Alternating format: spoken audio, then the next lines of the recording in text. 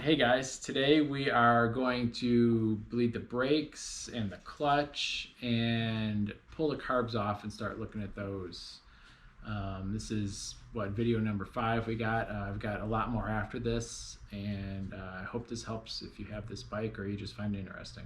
Guys, I am going to remove the clutch reservoir, the clutch fluid reservoir right now. It's just like the brake, but a little bit easier actually. It's smaller, number one. So what I did is I pumped the clutch a few times and put it in the closed position and wrapped some wire around it. That is keeping the fluid pushed against it right now. Then I slowly suck this out with a plastic tube right there and just put it in a container. And then actually this screw here that you see is actually supposed to be in the other hole. I've already popped it out, forgot to record. So all you need to do is unscrew the screw, which would be in the left hole, and then you just kind of wiggle it out slowly. And this piece on the bottom is just a pressure fit into here. And you can see there's an old O-ring in there, and there you want to take those out and replace those. Clean up this mating surface. But if you'll see here, I've got fluid right there, and there's the two, let's see if we can see. Yeah, maybe not so good. There are the two, let me see if I can turn the light on. There's the two lines in there to push the fluid through. So since they're still covered, I'm hoping air did not get into the system, and I can put this one on and fill it back up. That's my hope. So I'm going to replace this with a new one I got off eBay. They're pretty darn cheap. It's got 2 new O-rings that you can see, and basically push it in, pressure it in, and then tighten the screw from the inside. That's all there is to it.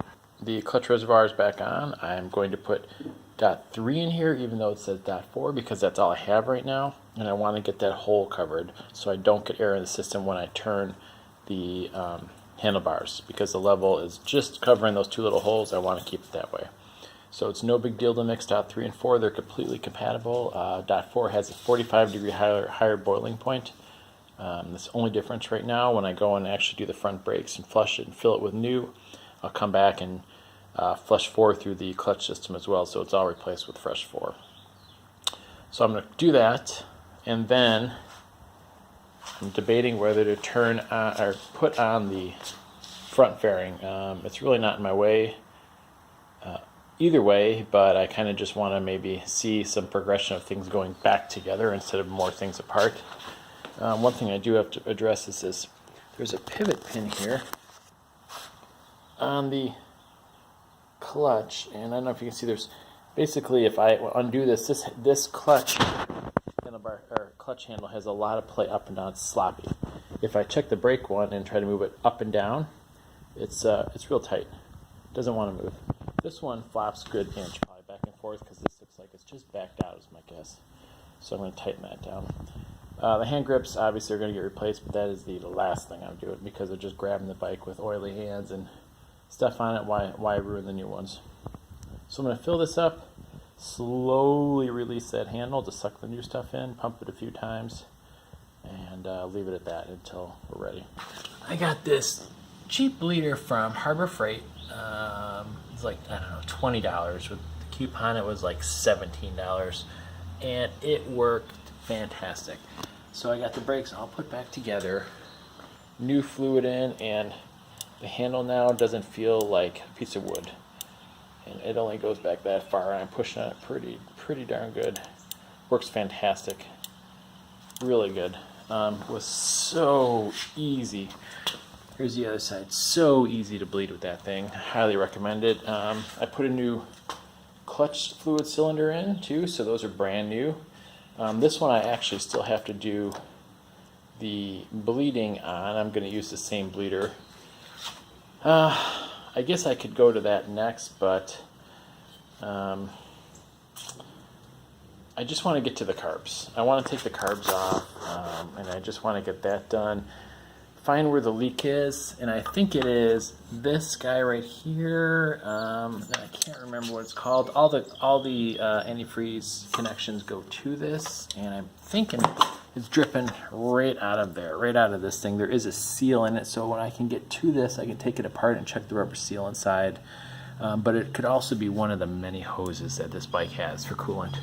That's why I really don't like liquid cooled bikes. I prefer air cooled. The engines are just so much cleaner, so much less tubing and points of failure for leaks. I really prefer air cooled engines, but I understand the liquid cooled will make way more power when it comes down to it. But anyway, I'm going to get that off, and then I'm going to attack the leak on there. It could be the antifreeze overflow, the coolant overflow reservoir. This plastic bottle here could be cracked, could be a hose, it could be this, it could be more than one of those things. And then I need to get to, this adjuster works good. The rear one's got a slight leak to it. I'll deal with that afterwards. Alright, so I'm going to attack this. When taking these carbs off, from what I read, is you don't want to remove this side plate here. You want to keep these carbs paired together and take them off as a unit, unless of course you're going to disassemble them and clean them and rebuild them, which I'm trying to avoid. I don't know if you can see right here where my screwdriver is. I don't know if you can see that. There is a Phillips head screw and another one underneath it. Those are just to tighten the rubber the gasket between the cylinder head and the carburetor. There's one there. On the other side, it's on the opposite side of the bike. Look by the coolant tank. Basically look under the spring, and they are buried way down in there. So the screwdriver I have is not long enough. So I'm going to have to get a different one. They're literally like right here at the tip of the screwdriver, right underneath the idle knob. So let me go get a different screwdriver and loosen those. And actually, one side seems broken and loose already. So I'm going to try to hopefully pull it all off.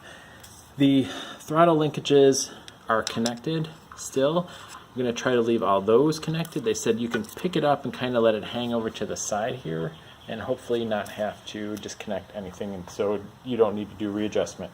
I was able to get the carbs off. They were stuck even after undoing, let's see here, I got the sun, these two screws, oh boy, right here it was still stuck, so I was able to wedge a screwdriver in the rubber grommet and do a little squirt of WD-40, like just a couple squirts on each side, let it soak a little bit, and a little bit of wiggling, and poof. If you can get the back popped off and the front loosened, then you can kind of pry it this way, and it just slid right off. Now, if you want to get out of the way, you need to disconnect. There's two hoses. This one right here in the front, and then this one here in the back needs to come off right here. You can leave the throttle cables connected, and you should be able to pick this up far enough and just kind of like move it to the side. So that's what I'm going to do next, is take those two rubber hoses off. Thanks for watching. I hope that video helped. If you like it, press the like button, leave me comments, and we've got another video coming, and I hope to have that up soon.